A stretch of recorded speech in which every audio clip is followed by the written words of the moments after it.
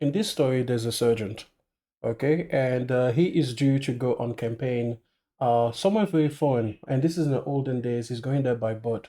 The voyage is going to take at least 3 weeks, perhaps even longer. During this time, this man decides that the best thing he can do for his unit and for his team and for the men that he will eventually lead is to familiarize himself as much as possible with the terrain. So he pores over the maps, okay? He pores, he learns them inside out. He learns everything about these maps. He learns the elevation charts. He learns the major landmarks. He learns everything he could possibly learn about the map. He commits that and he memorizes that to heart, okay? Then eventually he gets to, the tent, the ground, the command center. And the great thing is that they are, on a cliff. They have a beautiful view of the valley in front of them, great commanding position. So he goes out there for his first time and then he looks out at the terrain in front of him and he's puzzled. He looks at the terrain again and befuddled. Then he turns to his general after having gone back to the table to check the map. And his general says, "What's wrong, son?" And he says, "Sir, there's something wrong. The territory does not agree with the maps. The map isn't matching the terrain." And the general turns to him and he says, "Son, if the map doesn't match the terrain, the map is wrong. The map is wrong." This little story is meant to illustrate something, I think, very deep and significant. In life, all of us have these mental maps of how life is supposed to go, how life is supposed to be. And quite often, we find that disconnect. The map of how we thought things should be does not match the terrain in front of us, the reality of what we see. And in these moments, believe it or not, for a lot of us, we try to make the terrain fit the map that we already have in our heads. And this isn't everything. This isn't just like life goals or personal things. It's in relationships. You see a person that behaves in a particular way, but you tell yourself that this is your parent, this is your spouse, this is your partner, this is your girlfriend or your boyfriend, this is your friend, this is your teacher, this is your psychologist, this is your therapist, and therefore they should behave in this or that way. But can you imagine the frustration, the ineffectiveness of trying to make the territory fit your map? And I mean, if we put you in the physical world and imagine that through a printing error, the map of Melbourne had been printed but labeled as the map of Sydney. So let's say you're completely foreign to the land, and let's say that for this particular exercise, you're going to be a man about it. You're not going to ask for help or directions. So you've got the map of Melbourne or the map of Sydney, whichever, and you're trying to reach a particular destination. Can you imagine how frustrated you will be? You might try, you might work on your behavior. You might tell yourself that if you try harder, if you're more diligent, if you double your speed, but all your efforts will lead to you doing is simply getting to the one destination faster. Or maybe you work on your attitude, right? You'll tell yourself to be more positive. Now, in this case, you'll still get to the one destination, but maybe you won't care. Maybe you'll enjoy the sights along the way. What we have to realize in life is that when the terrain disagrees with the map is wrong. Don't try to change the terrain in order to make it fit some mental map that, hey, you know what? Maybe it was a printing error. Maybe your adversaries gave it that to you. Maybe the world promised you that life will work this way, but it doesn't. Maybe you were born to the wrong set of parents or the wrong set of uncles or cousins or whatever. Maybe you just got the short end of the stick. Or maybe you're the problem. Who knows? The point is, at the end of the day, the map is wrong. Now, let's talk about gaming. I realized that the fundamental problem with the Xbox leadership and a lot of the Xbox fanboys is that the map is wrong. But they try instead to mold the terrain to fit the map. You see, Xbox didn't like the terrain that they were seeing. They saw the mountain of exclusives as an obstacle. They saw the mindshare that PlayStation enjoyed as a ravine.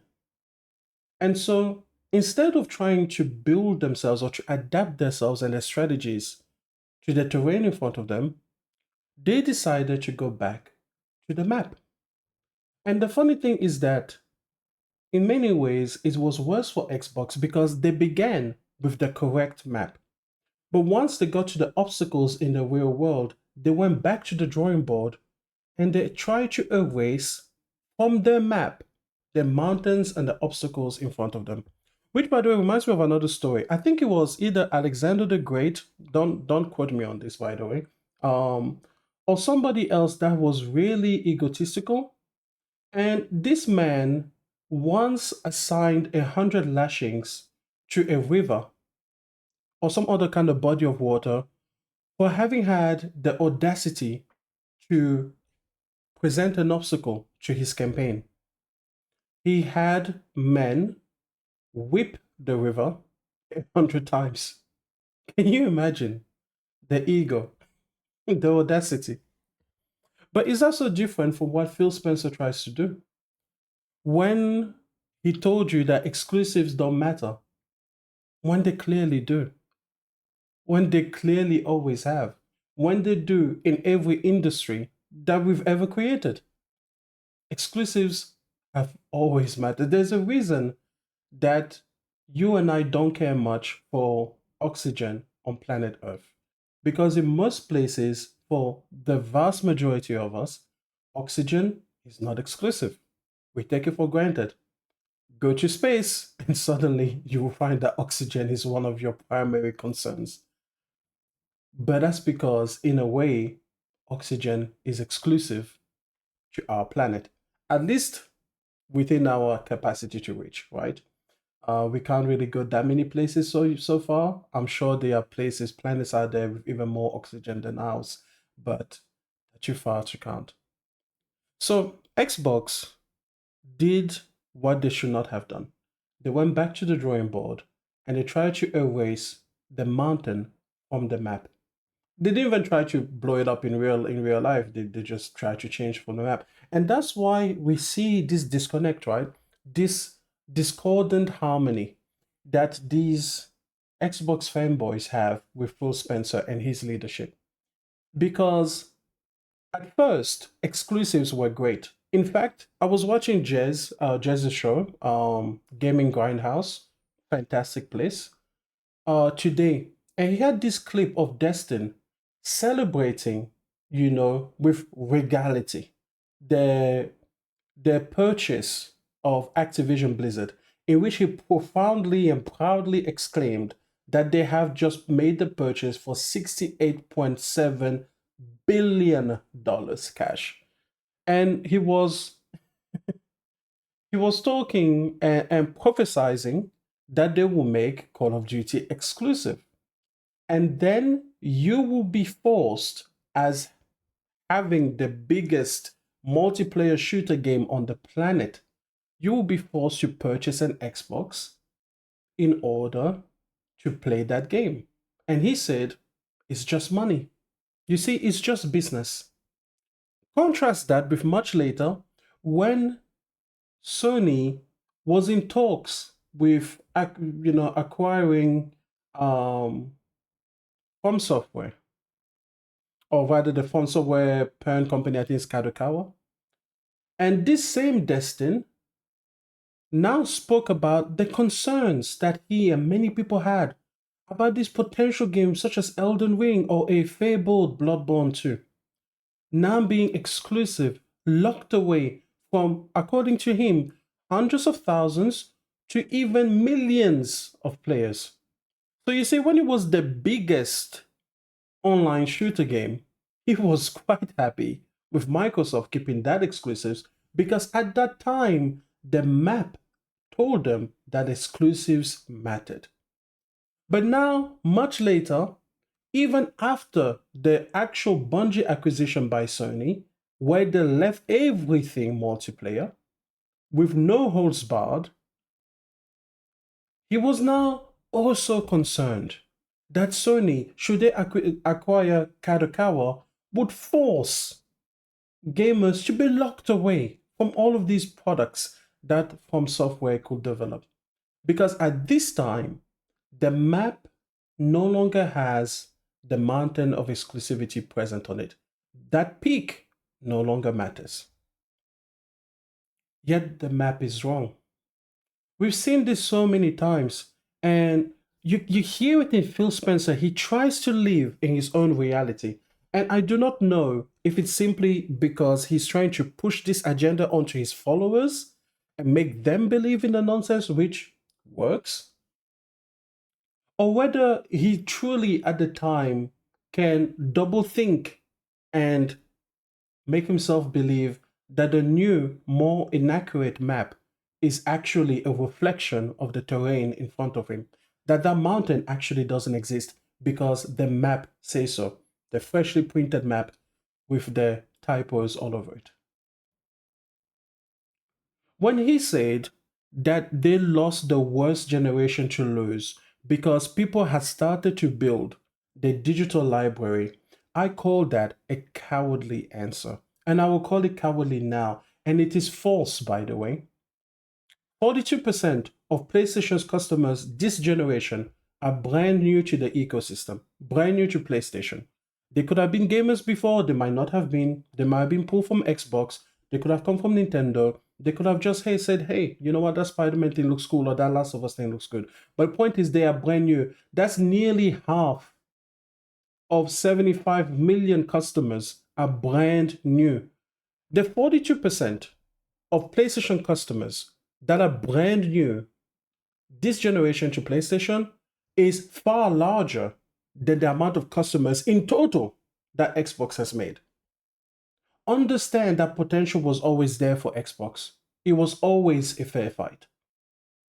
Another point that I made on Podork's channel is that even if you were to entertain his lie, recognize it is a lie in the first place, but even if you were to entertain it, it is so untrue by every other metric. The other day, Matt Piscatella talked about how 30% of every gaming customer across the board, PlayStation, Nintendo, Sony, PC, will not buy a game this year. And this was a point I was making to Podork. And he went through the percentages about how many people will pay the games. But in essence, there's only one percentage that you need to know. Only 16% of people buy a game at an average rate of once a month or more. 16%. So that means that 84% of customers do not buy games often enough to have a sizable loss should they switch ecosystems. This means that a typical person, an average person, 84% of the gaming population, we're talking about actual gamers here, not people who, I don't know, just breeze by.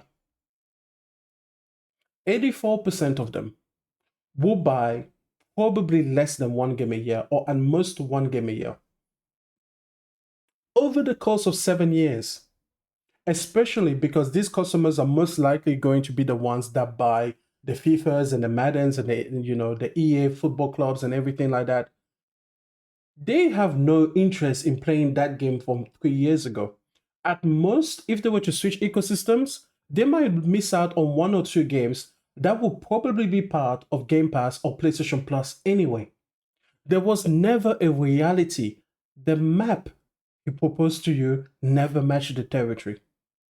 This is what I don't like about gaming discourse. Nobody is willing to take a step back and not just release a video immediately after the fact. Nobody is willing to just think about it for a second. Does this actually make sense? And that's what I want to see more in people. I want to see people who ask themselves first, does this idea that is being proposed match the terrain in front of us? And for this, you have to look beyond just gaming. Look beyond the landscape. I've told people that subscription services, especially those that include day and date releases, wow, that's only really Game Pass as far as gaming is concerned. So let me put it this way. I've told people that Game Pass is unsustainable because of its day and date promise, which, as we have discussed many times on this channel, they do not even keep up with anymore. But we all pretend that isn't part of the terrain in front of us. Isn't that crazy? Do you see the mental gymnastics that have to happen? Xbox promised Game Pass day and date.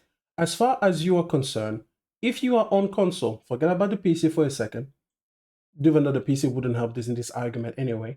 But if you pay for Game Pass Ultimate because you're on the console, you will receive a game day and date. That's the promise. That's what it says on the map. But in the territory, they tell you, no, you paid for that, yes, but you get it 6 days later because there is a 5-day early access. What the fuck is early access if all of the members of the public can pay to have it on that day? That's access. You're just getting delayed access. That is not day and date. And every time I make this point, people tell me that my map is wrong, even though my map matches the territory. Because what I see with my own eyes fits my worldview, my understanding, my perspective. The cult of Xbox is one that requires you to betray yourself. No differently than George Orwell's 1984, where you have to double think and double speak and do all of these mental gymnastics in order to pretend that the territory matches the map all along, even though the map keeps changing. Because if, and this is another thing that I have heard, if Microsoft is so ahead of everybody else, why do they keep vacillating back and forth, backtracking on this side of the forest, then another, only to come back here and then swing back like a pendulum? They have, their leadership is most similar to a grandfather clock, just swinging to and fro, never really stopping in one place, never really planting their roots on one soil. And that's why they're dying. So, the last thing I want to touch about is this. I want to say this, and I want you to hear me clearly. Mediocrity is not competition. I have heard people pontificate. I don't even know if that's the right word, but it just feels right. I've heard people pontificate for the longest that we want Xbox to stay in gaming, especially as a console, not just as a brand. We want the Xbox console to remain alive in order for Sony not to get too comfortable and too arrogant. Let's not return to the PlayStation 3 days. Let's not have Sony be too arrogant. Let's have real competition.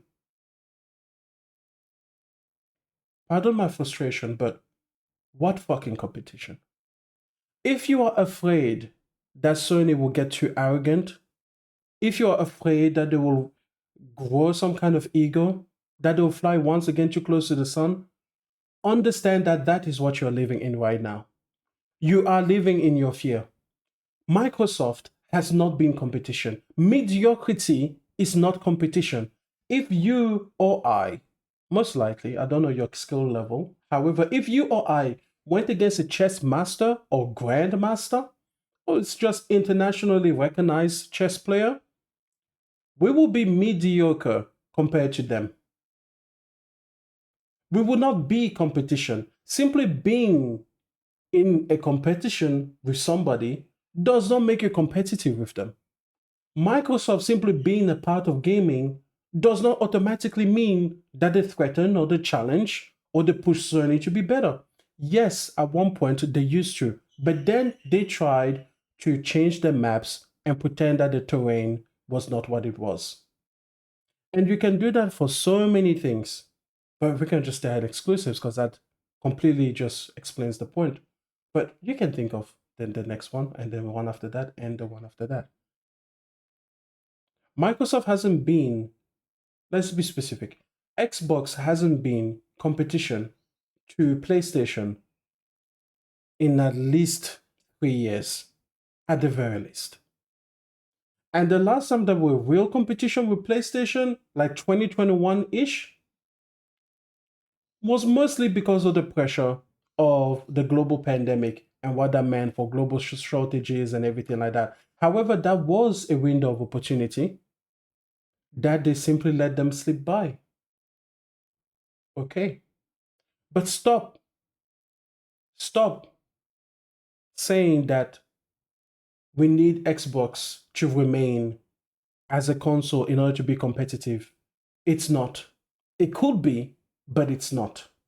Let's accept the map or the terrain right now. Let's accept the terrain as it is.